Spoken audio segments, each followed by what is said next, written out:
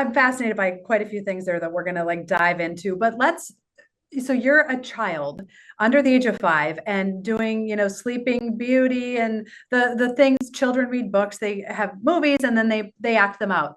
Now, at the point when you're being Snow White, did anyone in your life or your mother say, you know what, you should be Prince Charming? Like the Snow White character, not for you, because I think that's where kids really get, and no fault of your mother, depending upon what she said, but that's where kids get really conflicted, right? When they're little and they're told, hey, this isn't who you should be.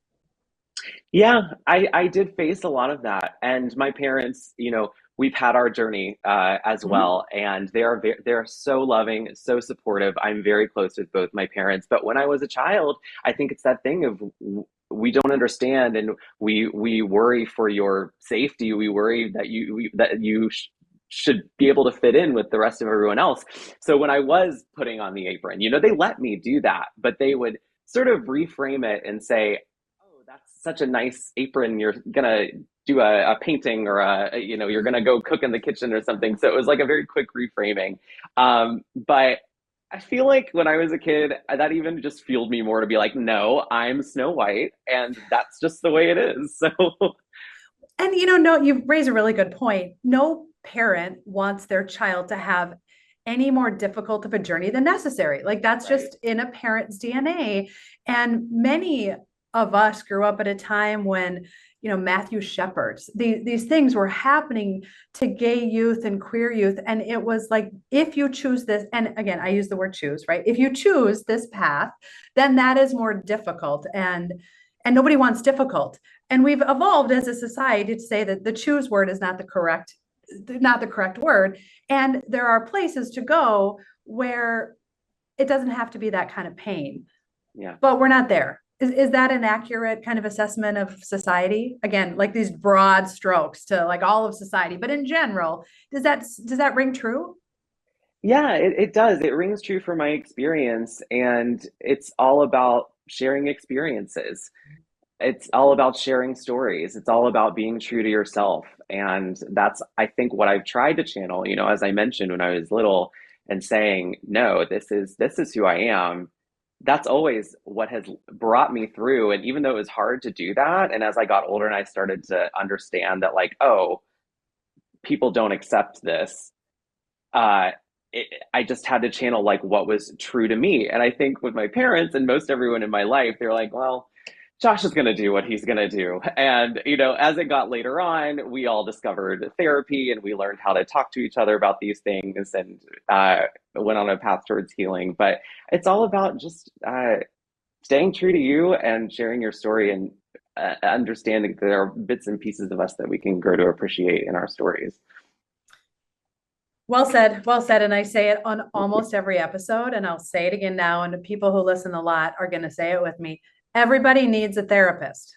Again, Yes, everybody needs a therapist. Okay. yes, that uh, is truth. right? Everybody needs a therapist.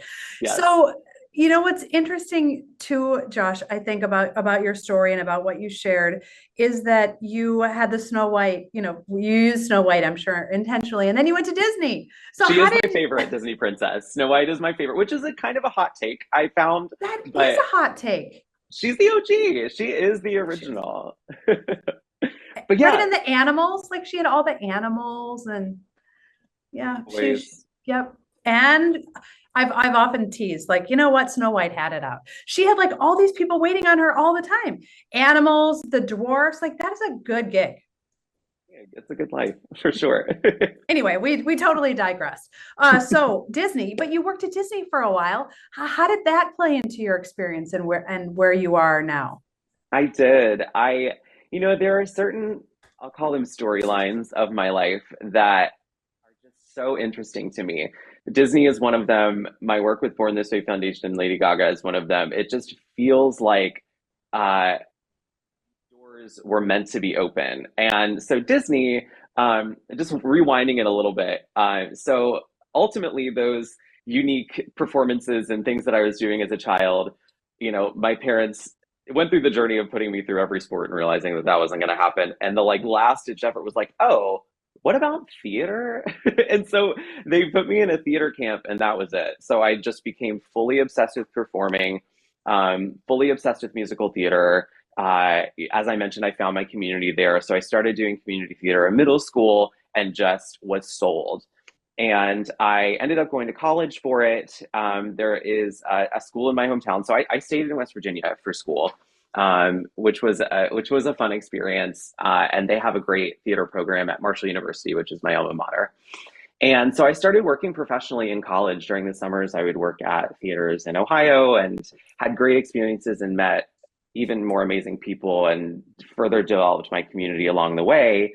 But when I moved to New York City, I had the fantastic opportunity of working for Disney Cruise Line.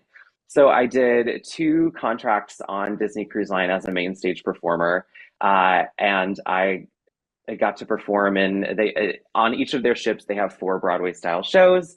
So I got to spend 9 months on these ships traveling the world, and it was just one of the best experiences of my life. So now I'm very jealous because I don't think I've shared this publicly or with very many people. If anything happened to my business or my entire family, and I was alone at this point in my life, I would go join a cruise ship because I love the cruise ship thing. I miss my window. I think that's more of a 20-year-old kind of person thing, but it just sounds so awesome. You get to meet new people every week. You have this community of folks. You get to explore and have adventures. Disney does it like nobody else. So you lived my dream. Thank you. Well, I will say it's never too late to start a dream, as I've learned. So, but you never Maybe. know. You never know. You Maybe I never could go know. be like a senior dancer for like a week or something when my kids are out of the house. But yes, it's never too late. You're absolutely right. That is a very good reminder. You said something else that I think folks can resonate because as we've talked about, not everyone has the same journey as you, not everyone has the same journey as me, but we all have struggles and we all go through things where we have a tendency to think, boy, it's only me. This is only me.